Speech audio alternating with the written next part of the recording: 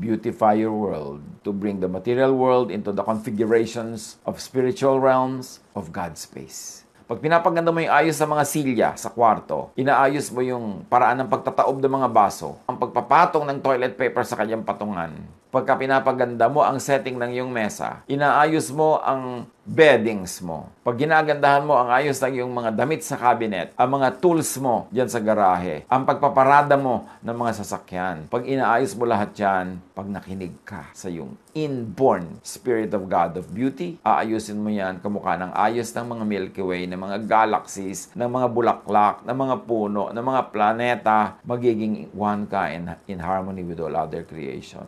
Lulog ang iyong dibdib, sasaya ang iyong mata, sasaya ang iyong hininga, ang iyong pakiramdam, bubuti ang iyong mood, gaganda ang iyong ugali, sasarap ang mga salitang lumalabas sa iyong bibig, you will beautify your life.